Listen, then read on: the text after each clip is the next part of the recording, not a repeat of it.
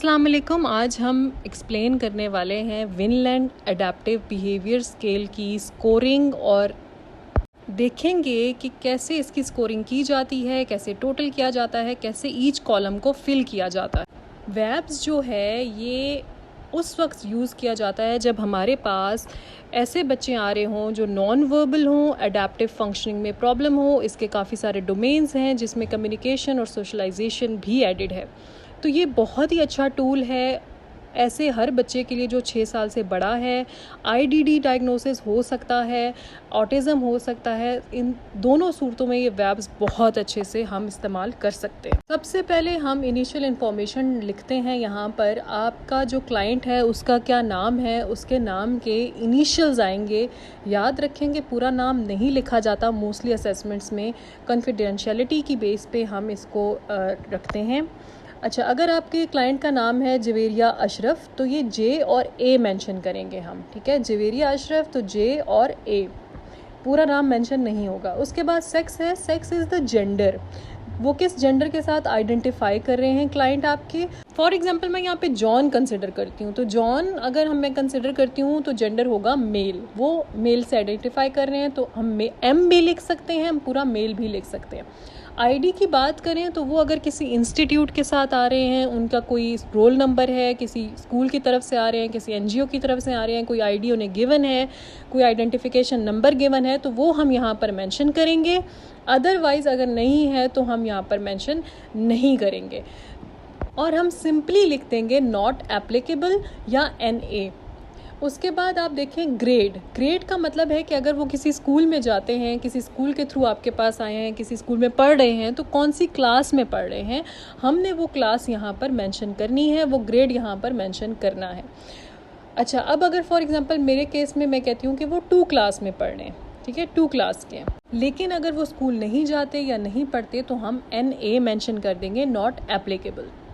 उसके बाद देखें कि हाईएस्ट ग्रेड कंप्लीटेड, अगर वो कभी स्कूल गए थे, उन्होंने कोई स्कूल की क्लासेस पढ़ी थी, तो फ़र्ज़ करें उन्होंने 3 क्लास तक पढ़ा था, तो 3 क्लास वो कंप्लीट नहीं की थी, 2 क्लास कंप्लीट की थी, तो हम यहाँ पर जो हाईएस्ट ग्रेड कंप्लीटेड है वो 2 या 1 मेंशन कर देंगे। फॉर एग्जांपल अगर उन्होंने 1 क्लास तक पढ़ा था और अगर उन्होंने कभी स्कूल नहीं गए, कभी स्कूल उन्होंने पढ़ा नहीं, तो हम नॉट एप्लीकेबल भी मेंशन कर सकते हैं यहाँ पर। अदर फैसिलिटी इफ़ एप्लीकेबल, यानी आपके पास जो क्लाइंट आ रहा है वो किसी स्कूल के थ्रू आ रहा है, किसी एनजीओ के थ्रू आ रहा है, किसी हॉस्पिटल के थ्रू आ रहा है, किसी भी ऑर्गेनाइजेशन के थ्रू आ रहा है, तो वो आप यहाँ पर मेंशन करेंगे, उनका नाम मेंशन करेंगे फैसिलिटी का।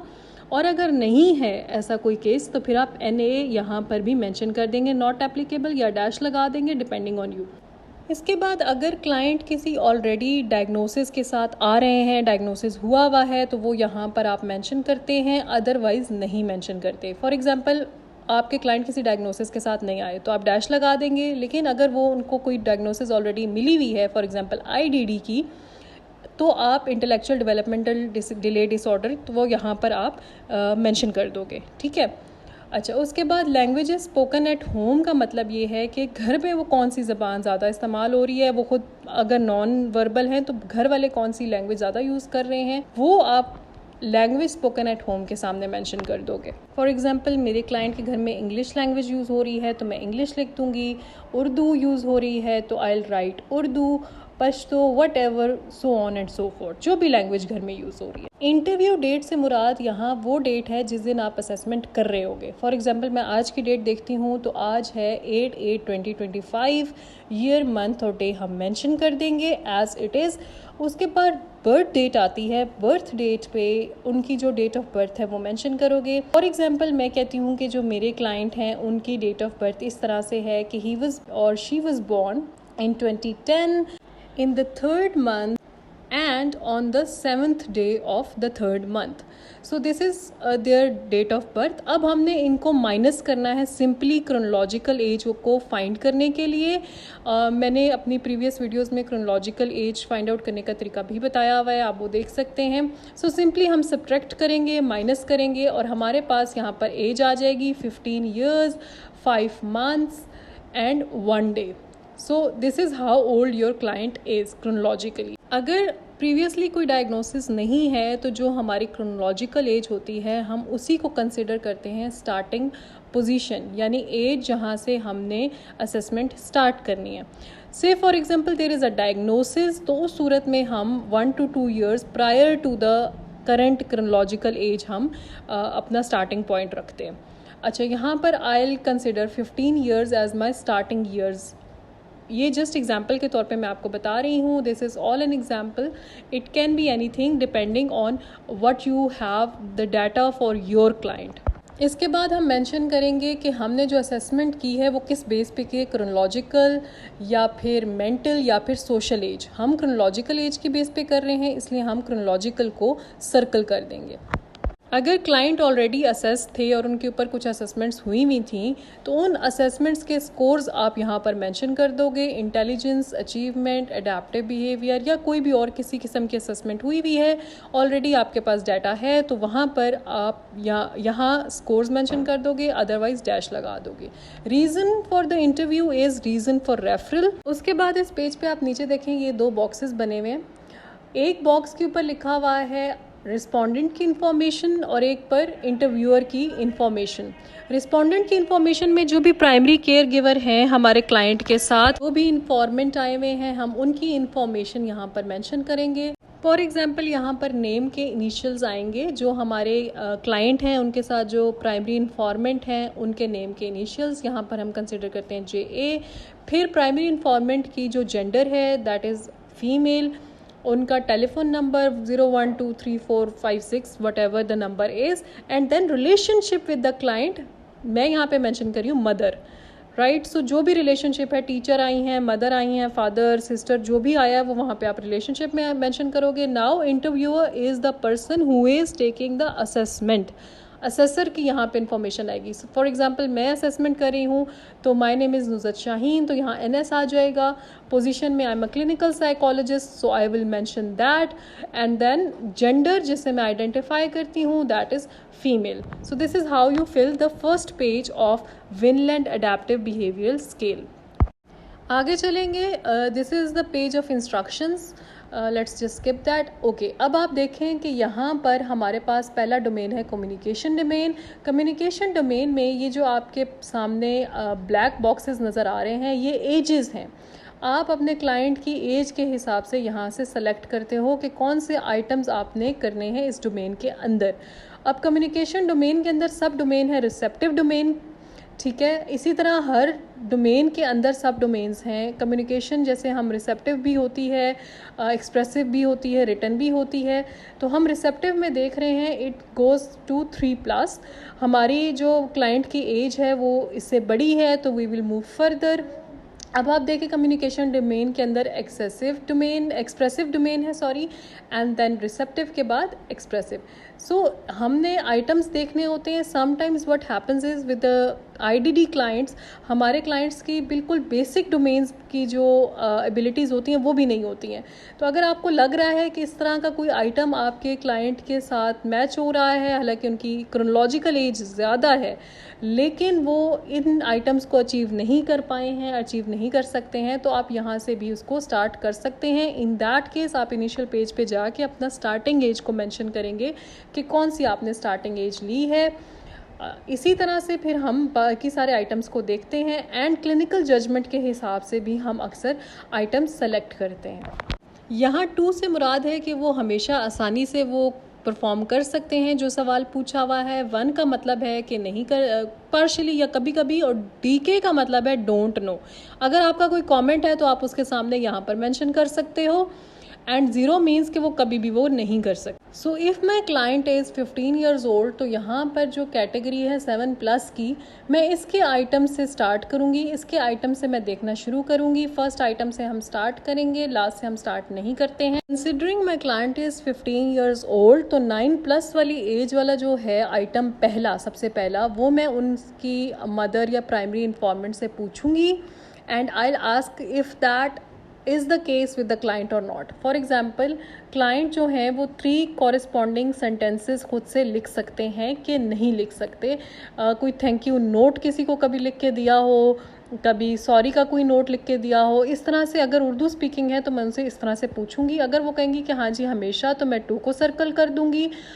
अब it depends on the informant. अगर वो कहती हैं कि कभी कभी ऐसा होता है तो 1 सर्कल हो जाएगा। अगर वो कहती हैं कि कभी भी ऐसा नहीं हो सकता, वो कभी भी 3 कॉरेस्पॉन्डिंग सेंटेंसेस तो लिख ही नहीं सकता या लिख ही नहीं सकती, तो मैं 0 को सर्कल कर दूंगी, depending on the reply off your informant.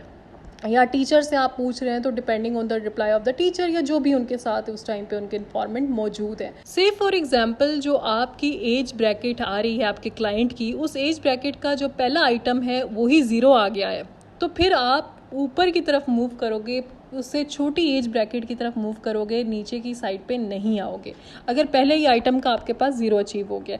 ये सब मैंने थ्योरेटिकली भी एक्सप्लेन किया हुआ है इन माय वीडियो। मैं यहाँ पर वीडियो का आपके सामने स्क्रीनशॉट मेंशन कर रही हूँ, आप प्लेलिस्ट पे जाके वहाँ पे ये देख सकते हो। डिस्क्राइब हुआ हुआ थ्योरेटिकली वेब्स। सिलेक्टेड एज रेंज में जो पहला आइटम है वो अगर 0 आ गया है तो हम ऊपर जाएंगे। से फॉर एग्जांपल ऊपर वाले आइटम में 1 स्कोर आया है तो हम उससे फर्दर पूछेंगे अगले आइटम का, जैसे read and understand materials of at least 2nd grade level. अब 2nd क्लास तक का मटेरियल अगर वो पढ़ और समझ सकते हैं और इन्फॉर्मेंट कहते हैं जी बिल्कुल हमेशा, तो हम 2 उसको स्कोर कर देंगे। और इसी तरह से हम स्कोरिंग करते जाएंगे और उनसे आइटम्स के बारे में पूछते जाएंगे। हर आइटम को डिस्क्राइब कर देंगे। अगर इंग्लिश उनकी फ़र्स्ट लैंग्वेज नहीं है तो उर्दू में डिस्क्राइब कर देंगे। इसी तरह जब हमारे पास 4 कंसेक्यूटिव 2s आ जाएंगे तो वो हमारा बेसिल जो है वो अचीव हो जाएगा। बेसिल से हमने फिर हमेशा नीचे को जाना होता है, so we will come back to the item 17 and ask them about that, क्योंकि अब हमने अपना सीलिंग अचीव करना है। तो बेसिल और सीलिंग के बीच में हमने अपने सारे आइटम्स का पूछना होता है। सीलिंग हमारे 4 कंसेक्यूटिव 0s होते हैं। ये अगेन मैं फिर से वही बात कर रही हूँ कि डिस्क्राइब कर चुकी हूँ ऑलरेडी एक वीडियो में, तो थ्योरेटिकल डिस्क्रिप्शन के लिए आप वो वीडियो वॉच कर लें, आपको ज़्यादा अच्छे से समझ आ जाएगा बेसिल क्या होता है, सीलिंग क्या होता है। ये हमारा सीलिंग अचीव हो गया है 4 कंसेक्यूटिव 0s, एंड ऊपर जो 4 कंसेक्यूटिव 2s हैं वो हमारा बेसिल अचीव हो गया। So it is important to achieve these। अब पेज के बॉटम राइट पर आएँ तो ये आपके पास कुछ बॉक्सेस गिवन हैं और कुछ चीज़ें लिखी हुई हैं। अब हम इनको देखते हैं कि ये क्या है। हर सब डोमेन का जब हम सारे स्कोर्स फाइंड आउट कर चुके होते हैं, हमारा सीलिंग अचीव हो चुका होता है, तो उसके बाद फिर हम इन बॉक्सेस की तरफ मूव कर जाते हैं और ऊपर जो हमारे पास इंफॉर्मेशन गिवन थी उसके मुताबिक हम इनके करते हैं। सबसे पहले आपने बेसिल से ऊपर जितने आइटम्स हैं आपके स्केल के डोमेन के, उन आइटम्स को काउंट करना है और उन आइटम्स का जो टोटल है वो यहाँ पर लिखेंगे एंड देन इनटू 2 कर देंगे। तो 10 था, 10 इंटू 2 20 हो जाएगा। उसके बाद हमने बेसिल और सीलिंग के दरमियान में जितने आइटम्स आ रहे हैं, डोंट नोज और मिसिंग्स को मिलाकर हम उनका जो टोटल है वो अगले बॉक्स में ऐड कर देंगे। जैसे 2 4 6 8 9, ये हमारे 9 आइटम्स आ रहे हैं, 9 टोटल सम आ रहा है तो वो हम यहाँ मेंशन कर देंगे। उसके बाद जो है हमारे पास n बाय ओ टोटल कुछ नहीं है तो उसको हम अभी ऐसे ही जाने देंगे। Sums of 2s and 1s, जितने भी आपके 2s एंड 1s हैं वो आप अब यहाँ पर सम कर दोगे। उसके बाद हमारे सब डोमेन के टोटल रॉ स्कोर्स हैं। रॉ स्कोर्स टोटल जितने हमारे पास अब तक स्कोर्स आए हैं इन सब को हम ऐड करेंगे और हमारे पास जो है वो रॉ स्कोर आ जाएगा। इसी तरह हम बाकी जितने हमारे डोमेन्स हैं, सब डोमेन्स के डोमेन्स और उनके सब डोमेन्स, उन सब के एज के हिसाब से हम स्कोरिंग करते जाएंगे और उनका जो टोटल है वो निकालते जाएंगे और फिर हम आएंगे इस पेज के ऊपर। हमारे जितने टोटल रॉ स्कोर्स आए थे हम यहाँ पर मेंशन कर देंगे। जैसे आप देख रहे हैं रिसेप्टिव के सामने मैंने 38 मेंशन किया है जो आपके सामने ही कैलकुलेट किया था। उसके बाद वी स्केल स्कोर्स की बारी आती है जो हमारे रॉ स्कोर्स की बेस पे हम निकालते हैं।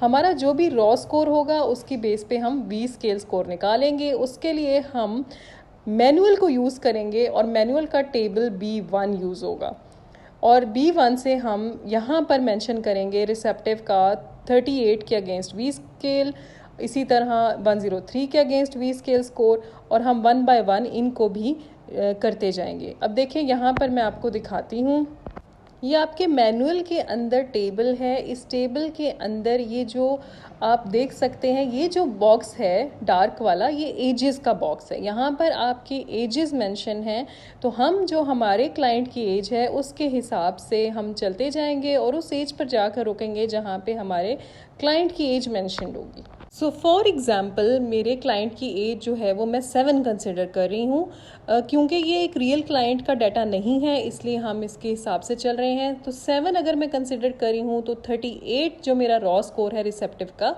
उसके हिसाब से मेरा जो वी स्केल स्कोर है दैट इज़ 17।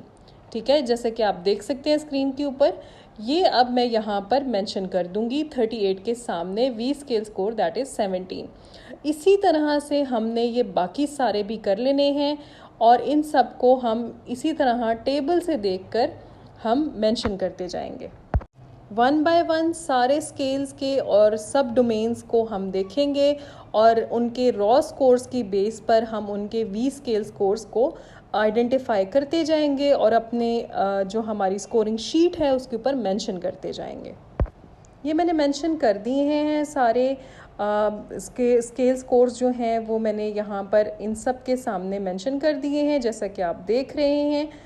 मोटर स्किल्स हमने नहीं की हैं क्योंकि हमने कंसिडर किया हमारे क्लाइंट को 7+ ईयर्स में, जब 7+ ईयर्स हैं तो ये मोटर स्किल्स की ज़रूरत नहीं होती है।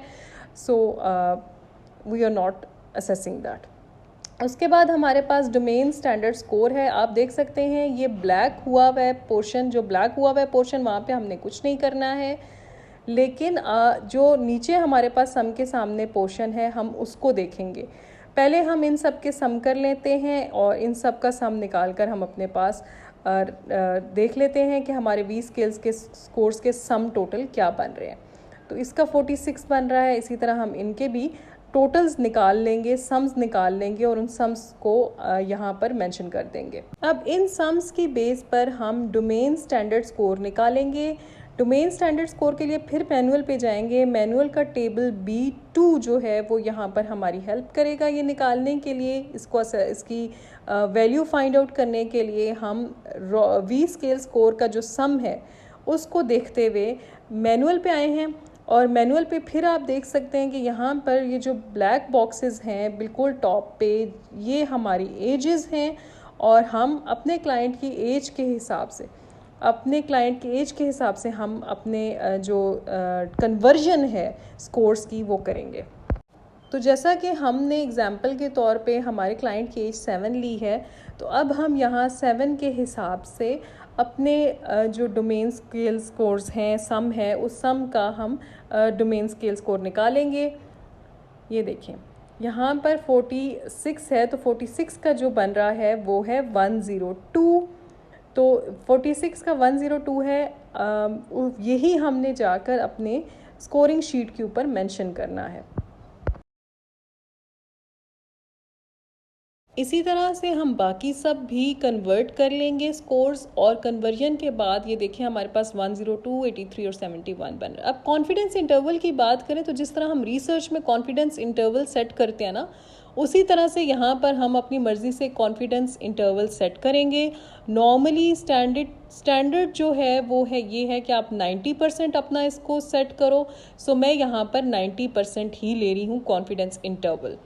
अच्छा, अब इसके बाद क्या करना है? अब हमने इस कॉन्फिडेंस इंटरवल का टेबल C1 और C2 से हमने कॉन्फिडेंस इंटरवल निकालना है बेसिंग ऑन द स्कोर्स।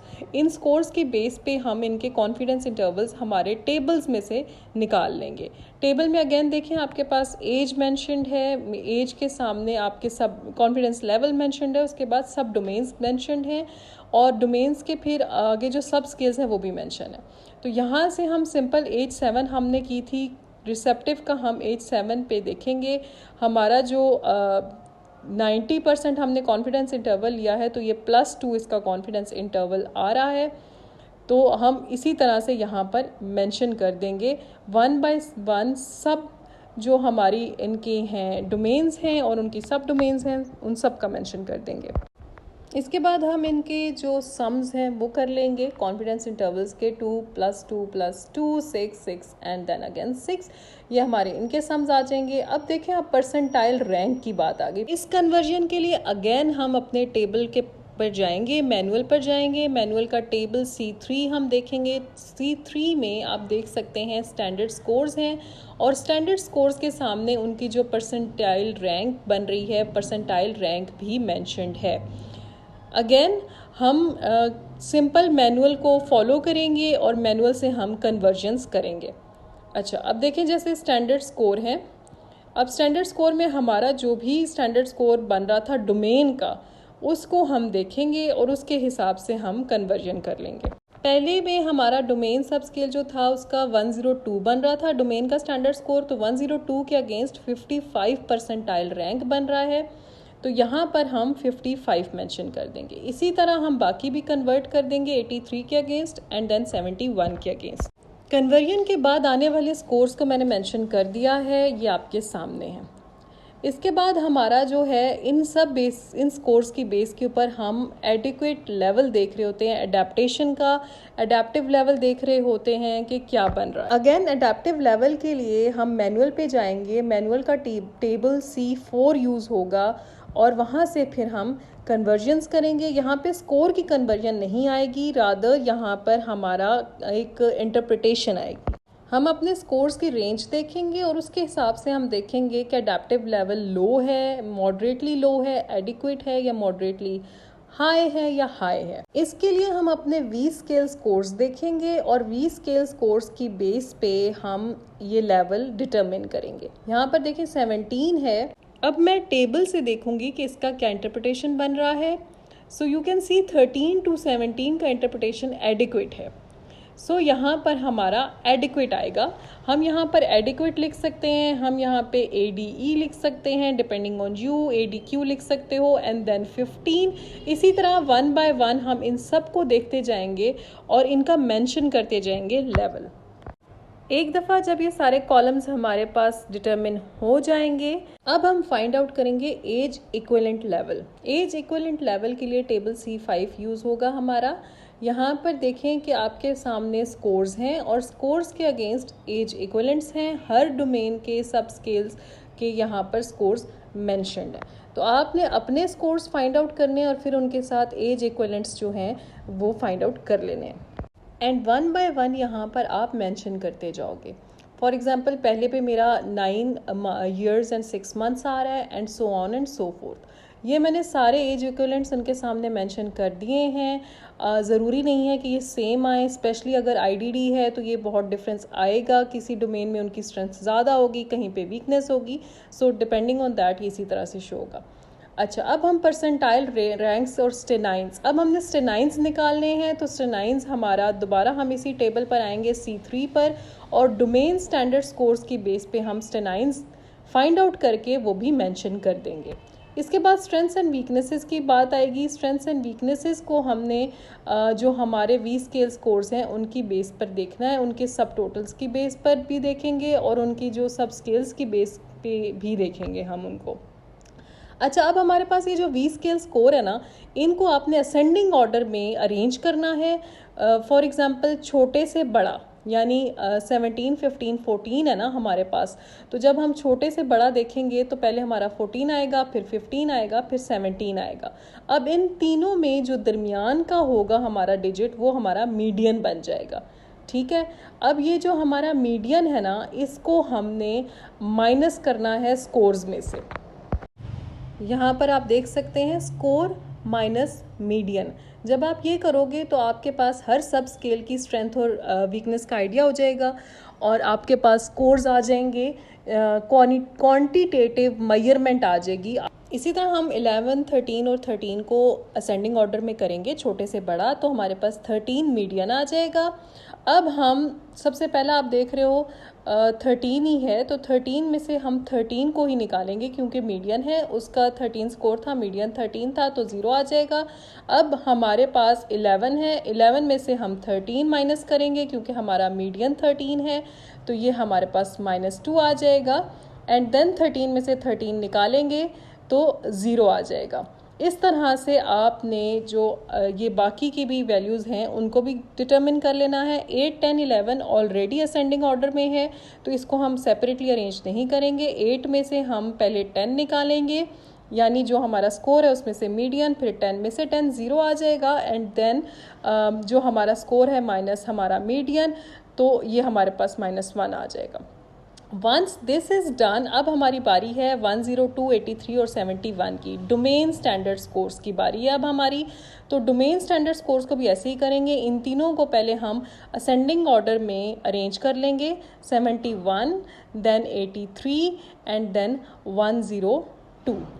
जब हमने इनको असेंडिंग ऑर्डर में कर लिया तो हमें मीडियन मिल गया। अब हमने जिस तरह से वो निकाले थे उसी तरह से 102 में से 83 को हम माइनस करेंगे, आंसर आएगा 16 और वो यहाँ पर हम मेंशन कर देंगे। इसी तरह हम बाकी भी कर लेंगे। 83 मीडियन था, 83 ही है यहाँ पर, तो 83 में से 83 निकालेंगे तो यहाँ पर हमारे पास ऑब्वियसली जो आंसर आएगा दैट वुड बी 0।